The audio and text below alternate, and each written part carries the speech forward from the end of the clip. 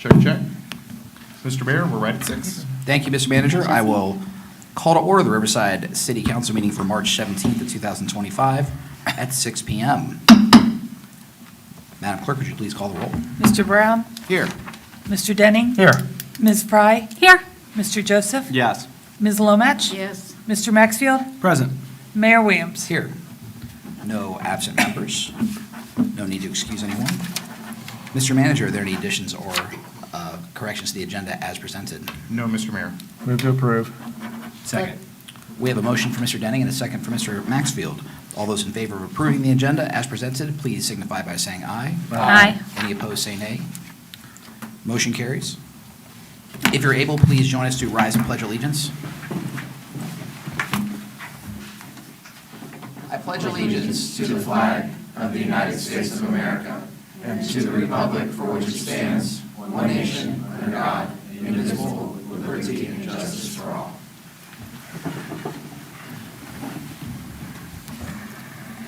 If there are any citizens with us tonight who wish to speak on an agenda or non-agenda item, there are slips in the back to fill out. You can hand them up to the clerk. We'd be happy to hear from you during our public comment portions of our agenda. We've all had a chance to overlook the March 3rd, 2025 council meeting minutes. Is there a motion to approve those minutes? Move to approve. Second. There's a motion from Ms. Lomach and a second from Mr. Joseph.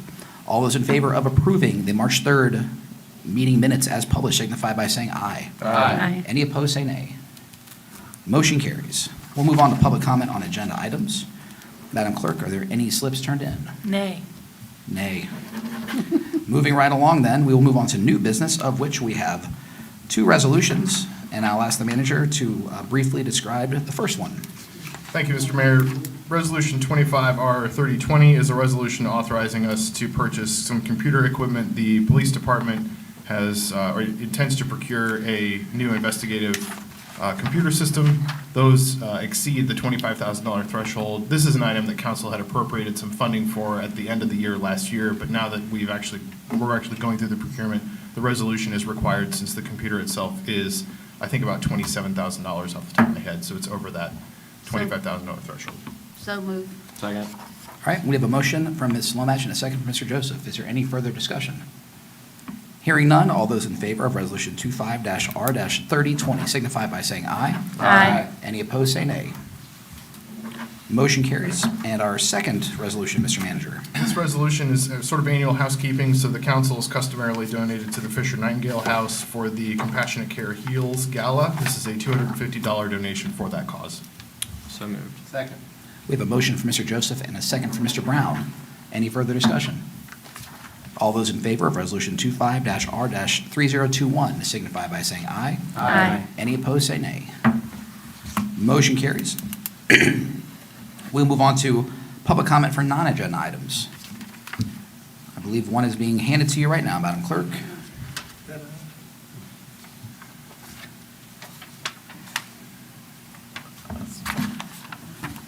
So if the gentleman who just handed in the slip, if you could come to the microphone, please, we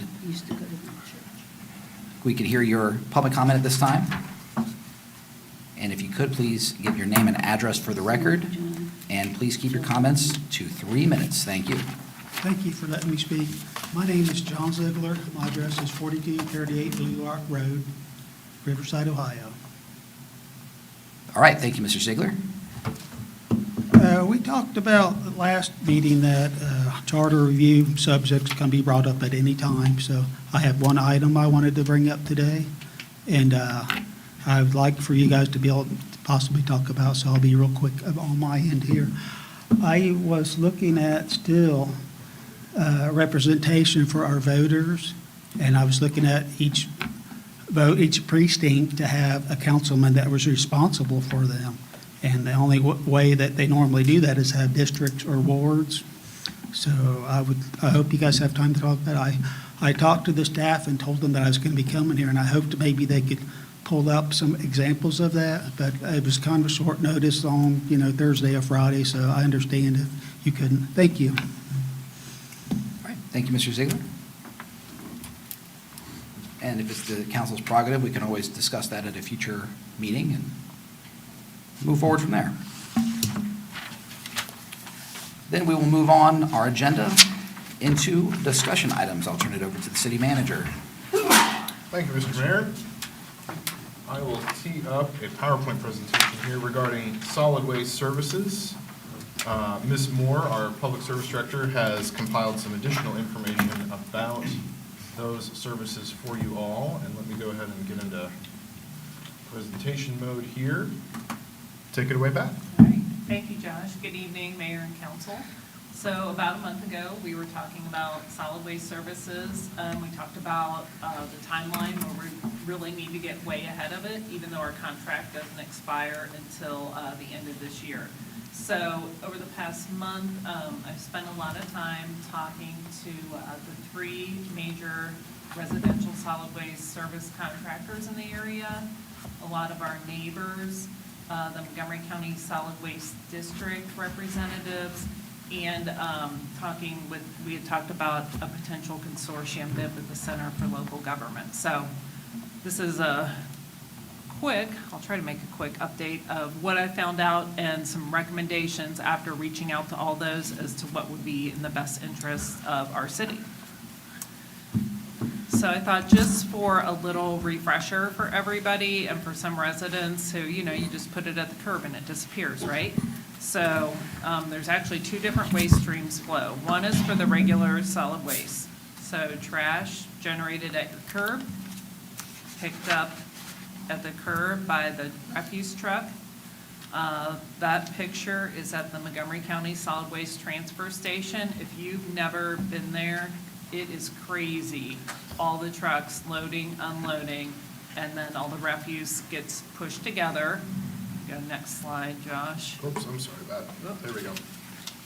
And then at that transfer station is where the trash is compacted and then transloaded into semi-trailers. Those semi-trailers travel south on I-75, and then all the solid waste, residential solid waste generated in Montgomery County ends up at the Rumpke Sanitary Landfill down in Cincinnati. So that's the path that all solid waste in Montgomery County flows. So talking to all the different folks, in order to get a competitive bid, these are the findings. One, it's best to have a 5-year plus term. That way the contractor can spread out the capitalization costs for the trucks and the toters. You go any shorter than that, you're gonna see that price in your monthly or quarterly bill. The second bullet there, residential participation required. So it's a lot easier if the driver, I've ridden in a lot of trash trucks. They usually do anywhere from 600 to 700 stops a day. They don't stop and look at a list, a map, or a computer and decide, ooh, is this customer really ours, right? Did they sign up for service or not? So if participation's required, you're ensuring that everybody who puts stuff at the curb actually is paying for the service. The third bullet there, toters required and everything must go in it. And that is leaving nothing piled along outside the toter. Everything's in it. It can be heaped high. The lid can be popping open. But what that does is it allows that driver to stay in his truck, pick up the toter with that claw arm, and by the driver never leaving the truck for the routine collection, all the companies, their workers' compensation rates have gone significantly down. The guy, can get hurt just hopping in and out of the truck, and then you're slinging and loading all those bags, dumping random different size cans. So their injury rate is way down, so their workers' compensation rates are way down, so you get a better bid. Talked about, the rate. We've talked about a senior discount. How most companies are doing it now is you choose your container size, and then your rate is based on your container size. So if you are a senior, or even if you're a young single person, you don't generate a lot of trash, you're gonna pick the cart size, and your rate would be based on that. So a smaller size cart, lower rate. Looking at our Riverside area and looking at the amount of bulk we have generated, talking with Republic and the amount of collections we've had, they are recommending that what would be best for us is no pre-scheduling, just one free item per week at the curb. And then I think the biggest thing that I learned is that by the city, next year we intend on taking over billing and collections. By us absorbing that absolves the contractor of having to bake into their bid a bad debt ratio, right? So they issue bills, they can't always collect on them. So they bake into what they call the bad debt ratio. They calculate that into our bid, and our bid is based on that. So it's generally a little bit higher because they know they're not going to be able to collect a certain portion. So thought that was interesting. All right, next slide. Let me talk about the green side of things, recycling. So same kind of thing, you generate your recyclables at your house, you put them out in a toter, a separate truck comes by and collects those, and then all recyclables collected curbside in Montgomery County go to the Rumpke facility. It's down on Monument Avenue, right across from City of Dayton Public Works. And then from there, it's sorted and goes its various ways for recycling. But that's where all recyclables go. Republic, Waste Management, Rumpke, all recyclables go to their facility. I think the things of note about beneficial standards that would be in a recycling contract is that recycling, it can still be optional. Same thing, the toter is required and everything goes in it. We don't charge extra for recycling. We really want to encourage people to recycle.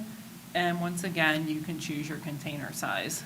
I know at my house, my recycle container, I actually picked the larger one and then the smaller one for solid waste. Think other things of note for a fall leaf season collection, what they feel would be best for us is to have like an 8-week period of time where you can put out 5 bags of leaves per week. And those don't have to fit in your container. The other thing is those bags don't have to be the biodegradable bags. A lot of people don't know that even now, any of that yard waste that's set out, that goes to the Rumpke landfill in Cincinnati. It's going the same place. There's only 2 trucks that come down your street, the solid waste truck and the recycling truck. So, and then they also recommend a Christmas tree collection period for about 3 weeks after Christmas. Same thing, you set your tree out next to your cart, it's picked up, it's solid waste, so it goes to the Rumpke landfill in Cincinnati.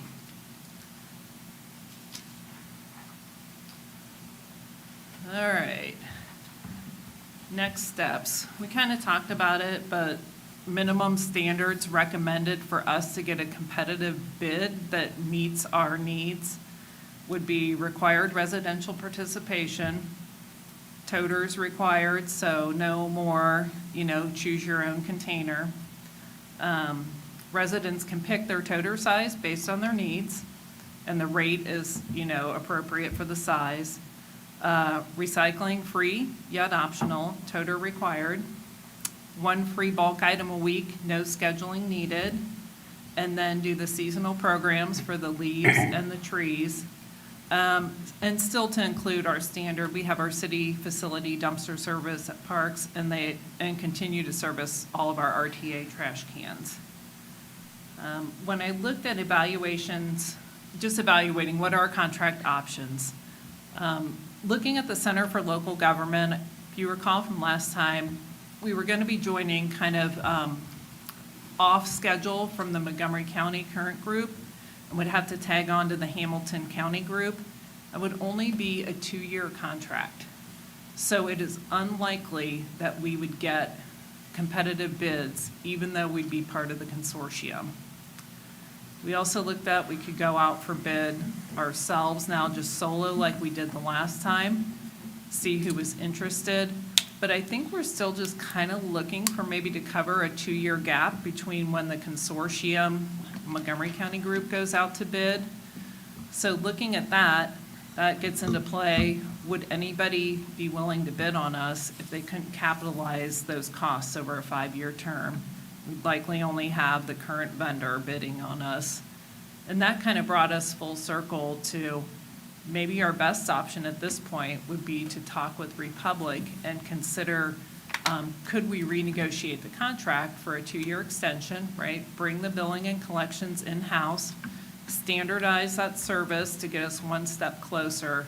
So at this point, just from staff review, my recommendation would be to try to negotiate a 2-year extension with Republic. But that's just my recommendation. So I am open, these are all the facts. I know the first time you're seeing them after a month of research, but open to council's discussion and ideas on how best to proceed. Go right ahead. Have you talked to the city of Dayton at all? I have talked to the city of Dayton.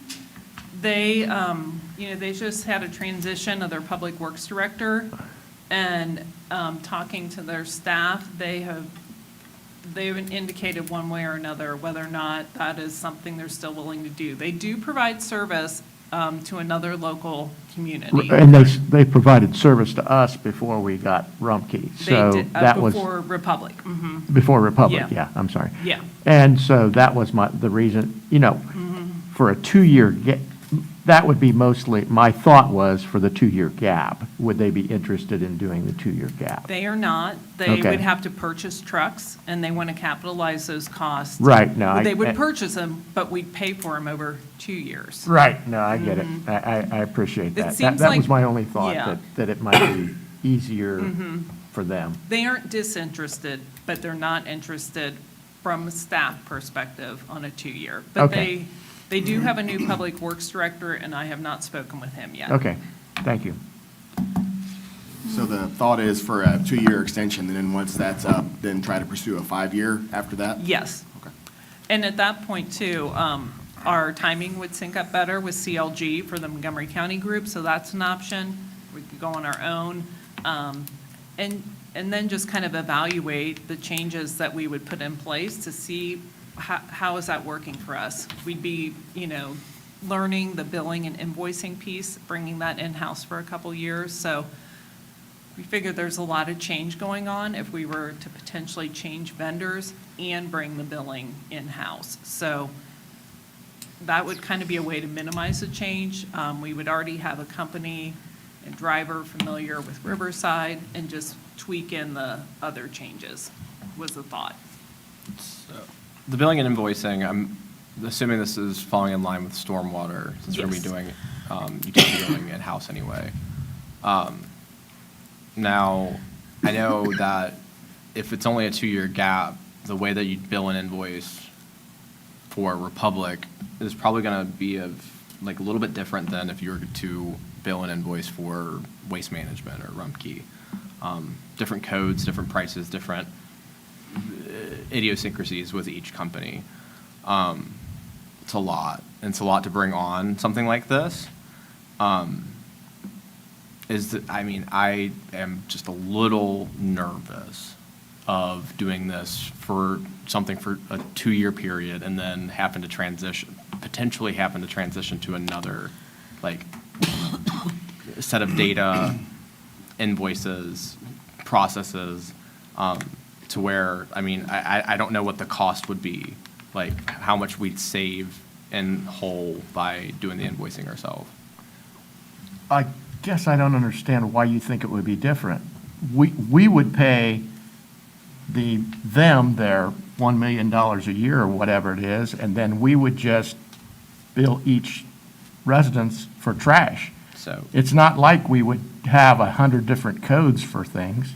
you don't think that Republic bills differently by total, you don't think that? No, I think it would be, from what I remember from our past contract, it was if you do it as the city, because at the time, we had the county billing through the taxes, we paid the bill and they split it up amongst the residents, so there wasn't a huge gap. And in fact, when we said we can't do that anymore, the cost went up 4% so that they could cover the bad billing. So we could actually, in the long run, get a better price by us doing the billing. That was gonna be my question. Yeah, my Is question Republic- falls in line with that. Is Republic giving us I don't wanna say discount, but a kickback for taking the billing on in the city?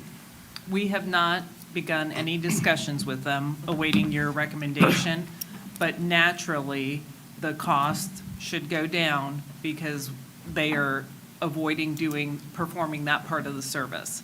So, in general, there are many other municipalities out there who do utility billing that may or may not include trash, and it's a pretty standard workflow of communication that you develop between the city and the vendor on updates on, move in, move out.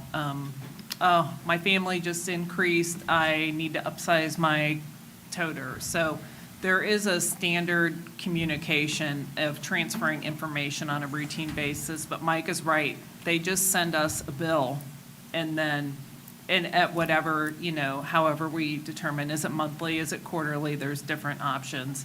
And the city just pays the bill and then it's really pretty simple. Beth, can I ask, do we have any idea the baked-in bad billing deficit that would be realized, or what the add-on is that we currently face? Is there any way to find that out, or is it just guessing? They would not disclose that, but after discussions with one of the large solid waste residential service providers, they indicated that they did not bid on us the last time because they were not interested in our bad debt ratio. The other thing that I think is important to emphasize in that calculus is that the idea is not so much that we're likely to save a specific dollar amount, as much as that when we go out to bid, if we tell all of the haulers we are going to handle the billing, we are more likely to get lower rates. Correct. What I don't know, and what I don't think any of us know, is the last time, you'll recall, the last time this contract was negotiated was 2019, 2020, so we're kind of early COVID. The whole world's different now.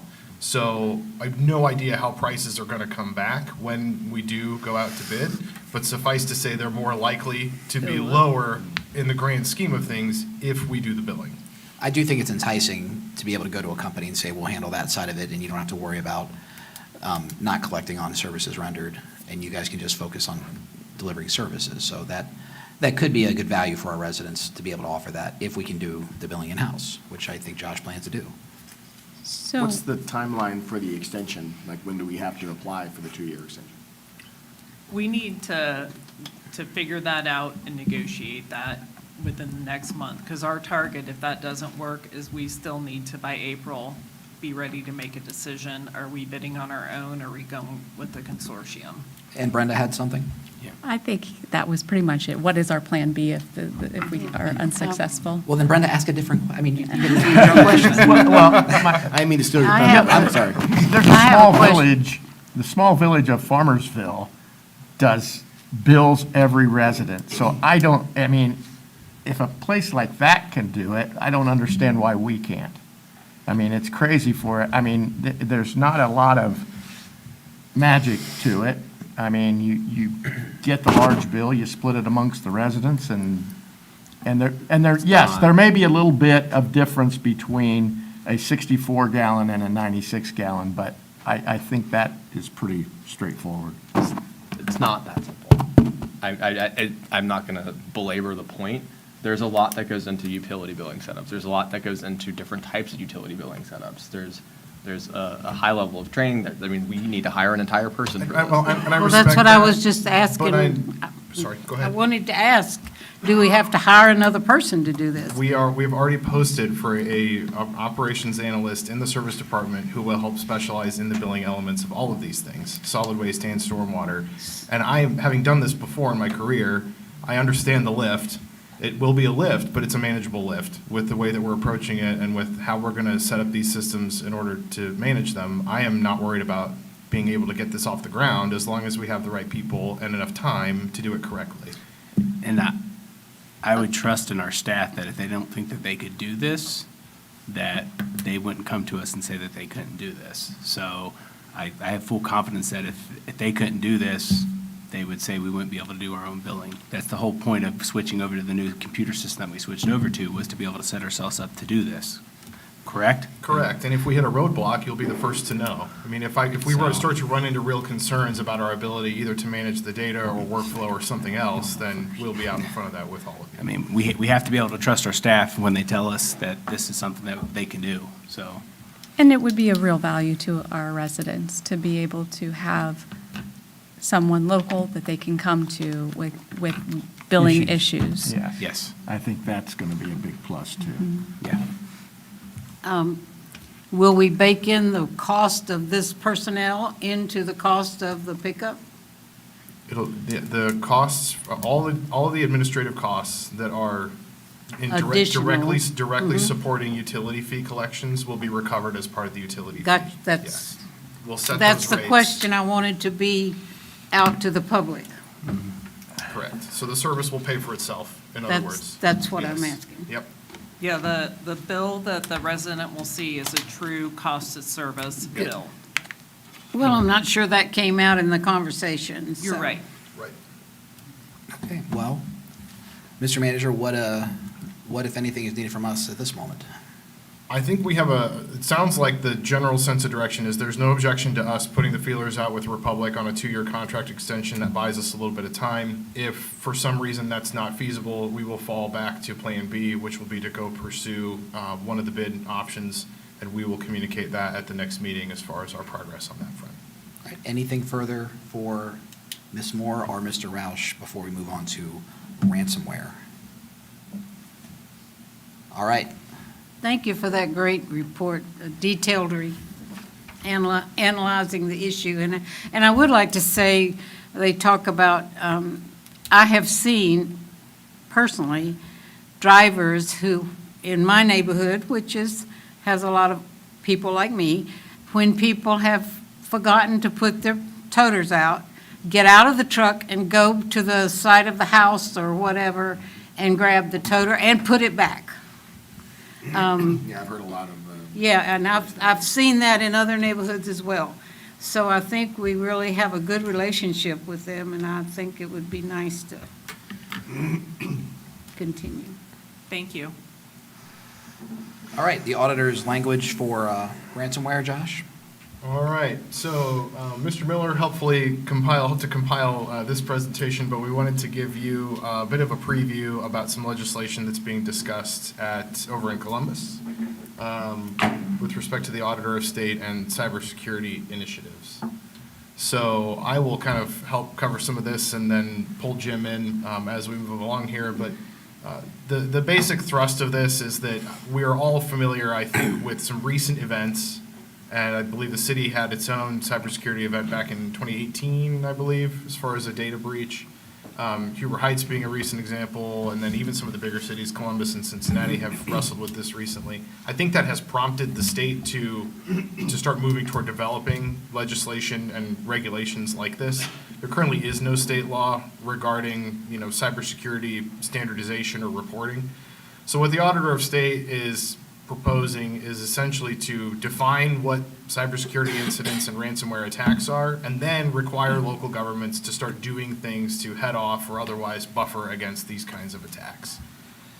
So a cybersecurity incident, according to the proposed legislation, means anything that results in a substantial loss of data that creates a serious impact on the safety or resiliency of a data system that's disruptive of service and that is an unauthorized access. So this could be anything from, somebody installs a worm or a Trojan on your account and it lingers for weeks or months and then pops up later, to I accidentally handed my password and my credentials to somebody that phished me in an email.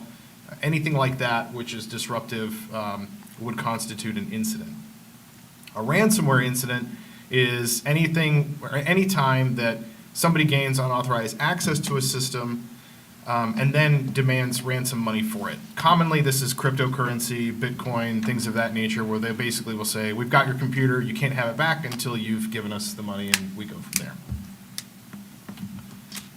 So what the cities what the legislation essentially does is require cities to adopt cybersecurity programs that align with some best practices. And those would be the National Institute of Standards and Technology Cybersecurity Framework, or the Ohio Department of Administrative Services would have its own policies.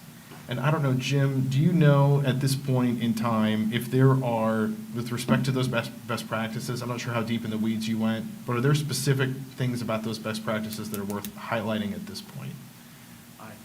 Thank you. I think the most important thing to highlight is not necessarily the nuts and bolts of the best practices, but the fact that we have the state agency now providing the expertise instead of having the local governments have to rely on putting an RFP out or finding some consultants that have the expertise in cybersecurity and ransomware.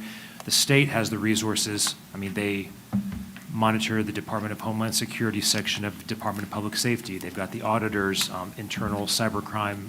They've got NCIC, they've got BCI. They have the expertise there. So the Department of Administrative Services already has policies, as does the auditor in place. Policies particular to this proposed language, I don't believe from my research have been necessarily sort of vetted out or developed yet. What's important for council to know, I think, is that the expertise is already there at the state level. They're in the best position to provide a framework that we can sort of simply adopt because it would become law. So it takes the onus off of us to have to prepare that and sort of wonder if we're doing the right thing or not. So in addition to requiring us to adhere to those best practices, they would also then, the legislation would require us to basically identify processes that should be in place in order to respond to an attack effectively. So that can be sort of a soup to nuts evaluation of the current IT system. What do we do if we detect a threat or an event occurs, and to then specify a process or procedure for how we would go about rectifying that situation, to repair it, to get a worm out of the system, those sorts of things. Another requirement would be ongoing cybersecurity training. This isn't much different in practice to the usual ethics training that we all have to go through, through the Auditor of State, or the Ohio Ethics Commission, or other annual trainings that elected officials and staff would also participate in. I will note, this is something we already do, particularly with the cybersecurity training. We have an active subscription with a service called KnowBe4 that sends, targeted phishing emails that are sort of decoys. If somebody clicks on those when they shouldn't, it redirects them to a site and puts them through a 5-10 minute training that says, hey, you clicked on an email you shouldn't have. Here are things you need to watch out for. So a lot of organizations and peers around us are already doing these things. To the extent the legislation basically says you have to keep doing them as a function of law, I don't think it hurts anything. It more codifies an existing practice, which is beneficial.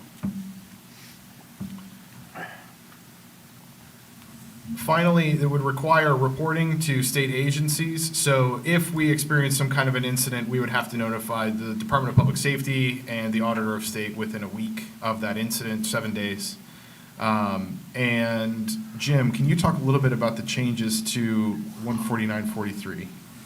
Yes, thank you. So the Public Records Act, basically, as we all know, every document that is maintained by our agency does not belong to us, it belongs to the public. However, there are exceptions to that have been carved out by the legislature. One of the proposed new carve-outs to exempt from the Public Records Act would be documents related to the implementation of this program. So there already is an existing exemption for documents related to public agency infrastructure and other security mechanisms for kind of obvious safety reasons.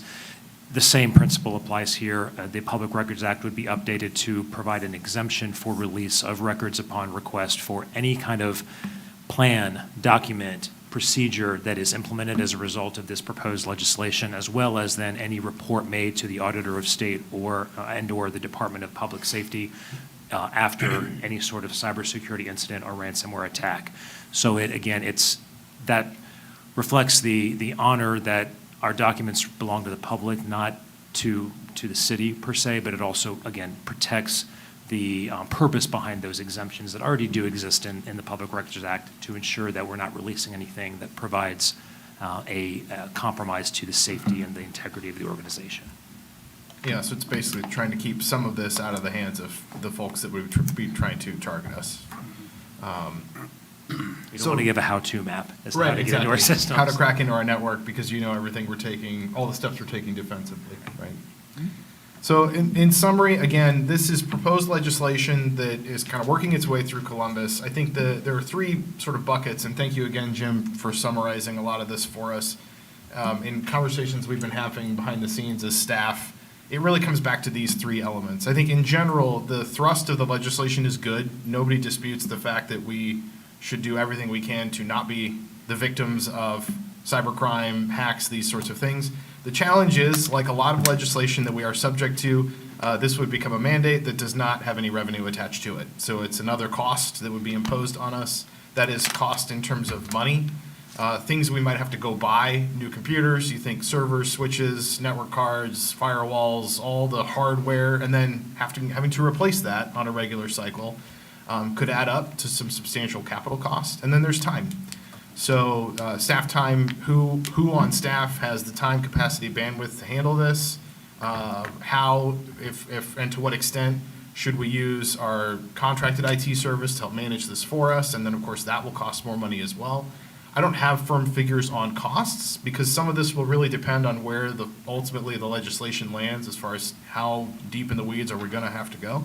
But that is out there.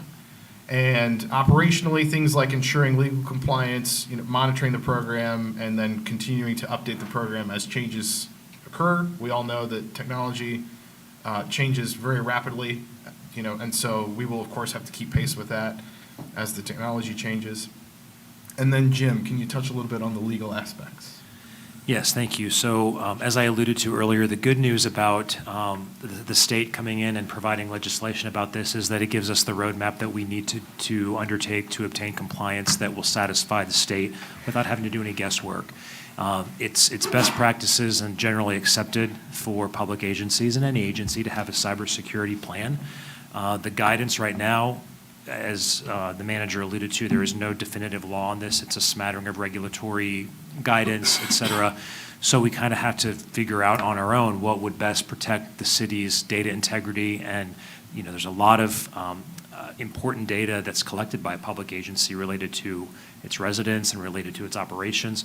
So by the state using its expertise that it has on hand to develop the best practices that will then become a law for us to follow, it provides not only the best practices that we need and that we can implement with good faith and with confidence, but it provides a safe haven for liability. So if we were to have to do this on our own and, bid it out and the bidders that we get aren't up to snuff, or there's some sort of problem with the system that the city were to choose, we would have to bear the cost of remediation if there was an incident. When the state provides a law and we follow it, we're protected. We have the cover for any kind of liability. We're doing as we're told, we're reporting what we need to, and we can rest assured that if we follow what the state has instructed us to do via law, we will be protected from any kind of exposure if and unfortunately when these kind of cyber attacks do occur. So those are the real benefits from a legal standpoint, is it provides us the reassurance that we don't have to guess as to what's best, and the safety and comfort and protection that if we follow the law, we will be protected from a liability standpoint. So just to sum up, this is an item that I will take to the OML Legislative Day later on this week. And I think the line of thought that I'll share with our representatives is that we, of course, agree with the spirit and the overall thrust of the law, are interested to see where it will go, but would be just as interested to see what kind of resources the state could allocate to help municipalities actually act and implement on this and then keep up to date with the trends. So more of just a general briefing for you all so that you knew this is what's being talked about in Columbus and our approach going forward, and we'll continue to monitor that and get it in front of you as things change. Questions for the manager on ransomware language? All right, let's move on to motor vehicle tax. This one's real easy, or real brief, I should say. So I wanted to touch base on this since it was an item of conversation last meeting. So you'll recall, we've been kind of taking, as the year goes on, looking at different sections of the city code, sort of going in order to see what may be ripe for updating. We continued to do a little due diligence after the last discussion on this. As it turns out, based on our findings over the last couple weeks, We actually don't think we have any ability to increase this rate, even if council wanted to, in part because, according to my understanding, at least currently, is that if you renew a vehicle registration in Riverside, you already are actually paying $30, according to what's published in the state guidebook. The city only sees $10 of that, and that's a function of the fact that in Ohio, a county has the ability to come in and basically take some of that money before the city does, and then the city doesn't have any recourse to get it back. We get it indirectly through permissive taxes. So we do get a And good permissive- vibes. And good vibes, Good yes, vibes and from the goodwill, and pats on the head. So at any rate, the long and short of it is that, we basically are at a point where we are out of any statutory authority to increase any rates on our own, and it wouldn't do us any good to adjust it at this point because the county is already sort of taking the balance of the rate that would be available to us. So we will continue to kind of keep an eye on where collections come in as far as permissive taxes and everything else goes. That, of course, is something we contemplate in our budget every year. We allocate those dollars for road projects already. But just wanted to put this one to bed and say, having done the due diligence, Ohio's a little bit different from some other states I've operated in. So good lesson for me and a lot of the staff who are newer to some of these questions as well. So Would it be correct to assume that if the balance that we were speaking about earlier is twice what we currently collect, that the county, in theory, should be sending us twice what we get from the state in motor vehicle license tax? I mean, there are a lot of theories. And that's one of them? I'm just multiplying by 2, Right. and with a question mark at the end. No, and I don't mean to be tongue-in-cheek, but I really, if I've learned anything, it's that the funding formulas that go into these distributions are complex. They're and fuzzy I math. wouldn't want to give any assessment of that without knowing for sure. All right, fair enough. Yep. Is Any- there oh, sorry, any go ahead. need to change the language of the charter or our text? Because doesn't it say like $10 or something like that in our? No, because we do get that portion directly. Okay. It's just that if you were to pass an ordinance that said, well, let's change it to 15 or 20 or some other number, the county would basically say, well, too bad, because you can only charge 10. So it wouldn't do us any good to even bring the legislation forward, so. Further questions on motor vehicle Well, tax? just as a reminder for folks out there, hopefully listening, and that over the time, we've had issues with people putting Dayton on their driver's license. Now, I've been told that that is fettered out and that we do get Riverside attention to that. But it's amazing, I have seen driver's license with people's addresses where it says Dayton. So when you go to renew your license and you fill out that form, you don't put Dayton on it, you put Riverside. And it's just a safe thing to make sure we get the money. But they tell me that the computer fixes that, but I'm not sure, I believe. But just a reminder to folks, when you renew your license, you live in Riverside, not in Dayton. Thank you. Other items? That's you, Josh. Other items. Other items, it's D on the agenda. Several brief announcements. So first, traffic speed signs. This was an subject of discussion on council, so we have procured 4 flashing signs that will display your speed as a motorist. Those are being installed along the curves on Woodman, Harshman, north and southbound. The one southbound was installed, I believe, 2 weeks ago, and they used it as sort of a test. Now the one going northbound is in. There is one in on Eastman Avenue. There's another one going in up near Forest Ridge. And those signs will flash and display your speed. They do not ticket you. They don't take pictures of your vehicle. What they do, though, is they do count vehicles that drive by the sign, and they track how fast the vehicle is going, and they track the time the vehicle went through. So we intend to use this to help inform our speeding enforcement, because we'll be able to see how frequently speed limits are broken on those streets and at what time of day. But I Yay. need to be really clear, you will not get a ticket from these they're not cameras. You will not get a ticket from these signs. It's just tracking the motion of the vehicle as it goes by. So those are out. Next, Budget Committee. We will have our next meeting on April 8th at 6 o'clock. I have had one interested person, in addition to the other 3 that have been coming It's a normally. 100% increase. Just about. So if you Unless are when there's interested, it is of course open to the public. We're not going to turn anybody away, but you can email citymanager@riversideoh.gov, and I'll be sure that you get a personal email to those as we go forward. Next, we have 4 spots left on the Citizens Academy. Agendas are set for police, fire, community development, and public service. And we have other agendas for finance, admin, city clerk communications, which should be done this week. I would highly, highly recommend this for anybody that's interested in their local government. If you've been a resident for a while, we are going to do some tours as a component of this too. I think it's important for people to see the conditions that some of our folks work in and the level of service that we're able to provide with very limited resources and legroom in a lot of our facilities. And then finally, as I mentioned earlier, I will be at the lobbying day in Columbus this week to touch on several issues with our legislators. On that note, I do have a letter. So as many of you know, I think I sent council an email on this as well. One of the resolutions that is being discussed in Columbus would essentially eliminate money from metropolitan planning organizations, MPOs, of which the Miami Valley Regional Planning Commission, MVRPC, is one.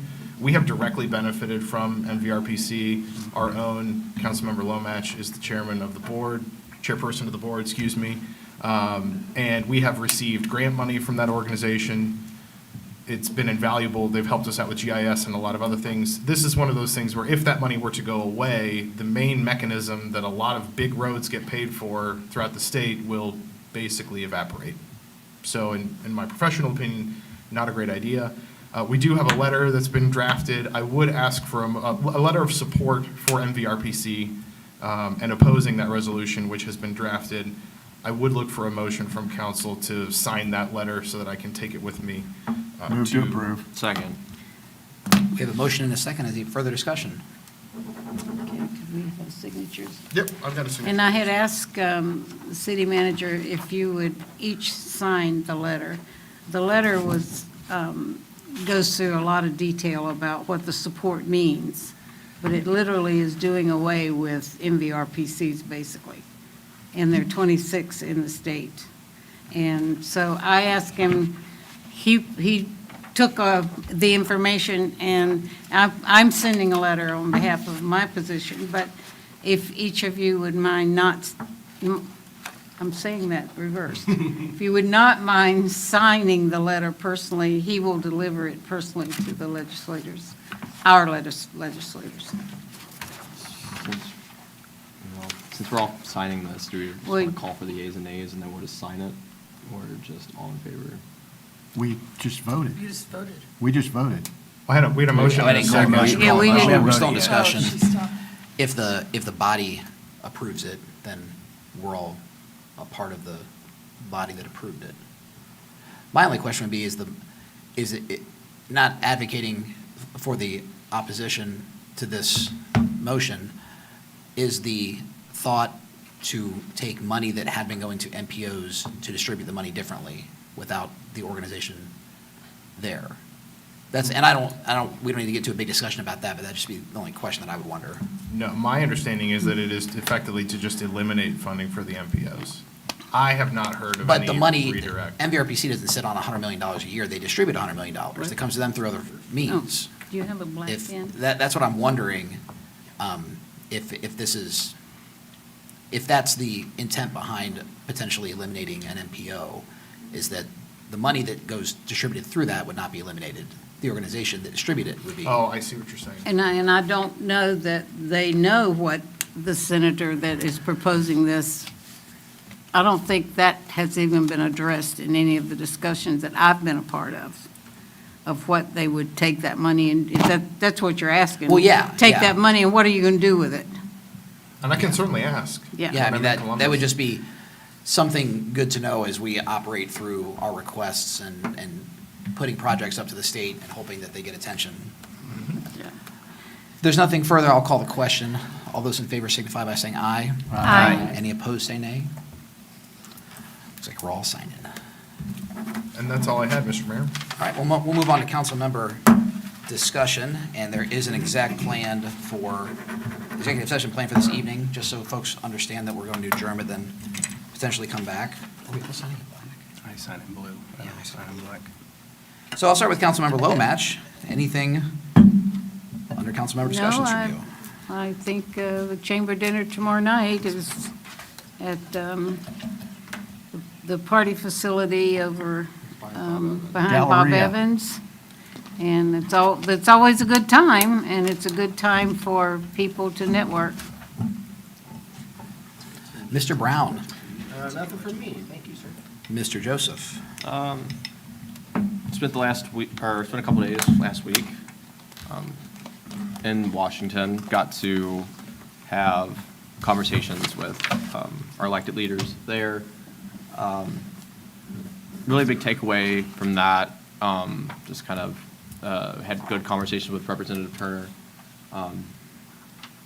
A lot of exciting things from his, I don't think he was able to announce, but it sounds like there's some exciting stuff that's going on at Wright-Patterson. There's a lot I of, just think that we'll get somebody's attention, say, damn, they just oh wait, do this. There's a lot of stuff that's going to be going on in the next couple of weeks, months with the NATO summit coming here. There's apparently going to be an event at Wright-Patterson. The closing event will be at Wright-Patterson. Speculation that Bill Clinton, former President Clinton, will be accepting an award. So there's going to be a lot of traffic. There's going to be a lot of road closures through that week. His office is diligently preparing. There's a whole block of downtown that's going to be off limits. It's not just a block. Well, I said a whole block. Yeah, yeah. It is exciting, though, that we're having such a national or worldwide kind of presence coming into the Miami Valley. We get to show off Riverside a bit, and hopefully what this will be is a representation of the Miami Valley for other events, other conferences, other events such as this. But it was really nice to be able to connect with him. He's done a lot of work. He's been a great partner here in the city of Riverside, and I also got to kind of introduce, maybe for the first time, to Senator Moreno and Senator Huston's staff. Like Riverside, where we are home to the biggest attraction in Miami Valley, part of the home to the largest employer in the state of Ohio. So getting to preach that and just starting to partner with them was really, really nice. You're too young to remember the peace accords. He legitimately. 1995, right? 95? 95, 96. The date, of course? Yep. 95. yeah. I was watching the news from Were my you? crib. CNN, the only cable news network then. Yeah. Well, this is on the same level as Yeah. that So international I meeting. told my mom to turn off Barney and turn on Turn on Richard Holbrook. Richard Holbrook. back when I was 0 years old. But other than that, no. DC was great. If I doubt that his staff watches this, but Congressman Turner's office has been always great. The 2 times that I met with them, we actually, and another fun little anecdotal fact, both of his previous legislative aides have now transitioned from his office now to go work for John Huston's office. So not only do we have a great representation from or Congressman Turner caring a lot about the base, now his staff that has been working with him for the number of years now is working for our new senator. So Well, thanks for going. no problem. No, it's always a good time, Yeah. and maybe one day y'all can come with me next year potentially. So that's all I have. Well, I didn't travel as far as Zach, but I did go to Columbus last week for the State of the State. I was the guest of our state senator, Willis Blackshear Jr. He hosted myself, and he hosted the police chief from Kettering, Chief Protzman. And I want to just say thank you to Willis for the very thoughtful gesture. He had 2 tickets, and I was one of the people that he invited. And I will say this, I will give a tremendous amount of credit to, I know we rightfully moan and groan a bit about the folks in Columbus, but the State of the State event last week was a tremendously bipartisan event. And it was a tremendously uniting event. And if you haven't had a chance to maybe just watch the video of the governor speak, it was a very people-oriented, family-oriented, child-oriented address. And the things that I think that is very important, in my opinion, very important to the governor as he goes into the last couple years of his political career, since he's term limited, he wants to make an impact on people and families in this state. And he certainly has put together an agenda to do that, and it was really refreshing just to be able to sit there and listen to a speech that was very, very uniting, and I really enjoyed it. So I just want to say thank you to our state senator for inviting me. I heard you were there. You heard I was there? I heard you were there. I saw a few people. It was crowded. I was just one of the people in the back. All right, Mr. Maxfield, I don't have anything. I'm good. the deputy mayor. I do not have anything today. Blood Blood blood drive. Yes, It will it's be that blood. time of, yes. So we do have a blood drive coming up. And it's the same day as our council meeting. It's the first council meeting in April. The, 7th, I think. is that when it is? Yeah, April that sounds 7th. right, Yeah, April correct. 7th. The Bloodmobile will be in the parking lot as per usual, 3 to 7, or no, 3 to 6. Oh, it starts at 3. It ends at 6 or 7. Some of them are 6, some of them are 7. I did not come prepared to discuss it tonight. I didn't realize it was coming up so fast. But yes, please donate. It's a good cause, and it's a great way for our community to connect. And if you don't want to wait that long, March 27th at Carroll High School, there's a blood drive. Ah, It's open to the public. that's fantastic. They have 2 or 3 a year. All right, Mr. Denning. I just say, as far as blood is concerned, please, if you're able to give blood, give blood. I know for a fact that it more than likely saved my grandson's life a few years ago when he was at Children's Medical Center. He had to have they had to give him 4 units of blood. And if there weren't people out there willing to give blood, he might not have made it through. So please, give blood if you can. I also wanted the International Night at the Galleria Convention Center is tomorrow night. It's $20 a person.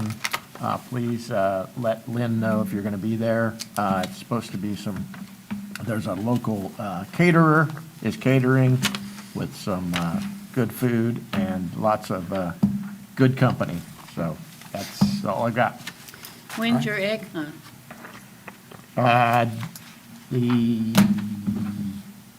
Saturday before Easter. Easter's not for another month. Easter's not for another 5 weeks, so. Saturday before Easter. It'll be at Beverly Gardens, All right, that's the 19th 19th Yeah, I'm of sorry. April. of April. Yeah, not 19th of Yes, March. 19th of April.